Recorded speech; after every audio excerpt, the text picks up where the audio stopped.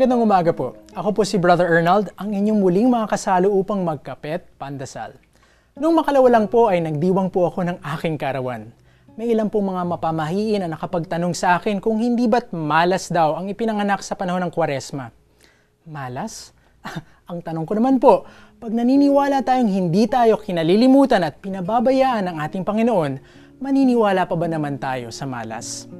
Ang masaklap na kamalasan sa tingin ko po ay iyong nagpapadala sa takot ng walang katiyakan. Sa Ebanghelyo ngayong araw nito, mababalitaan natin na si Jesus, kahit na may mga pagtatangka na sa kanyang buhay, ay nandun pa rin sa templo at nangangaral. Kung matatakutin ang ating poon, malamang nagtago na lamang po siya sa kanilang bahay. Subalit dahil ultimo ang pangamba ng kamatayan ay hindi niya iniinda, malaya niyang nagagawa ang kagustuhan ng ating Ama. Tayo po kaya, ilang pagkakataong makapaglingkod sa kapwa at makapagbigay pugay sa Diyos ang ating napalampas na dahil sa takot na tayo ay mapahamak.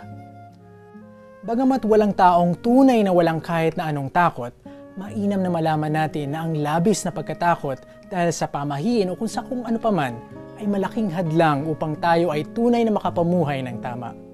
Inaanyayahan tayo ng ating Panginoon na harapin ang kinatatakutan natin at magtiwala na sa gitna ng ating mga pangamba, narariyan siya upang tayo iligtas at pangalagaan.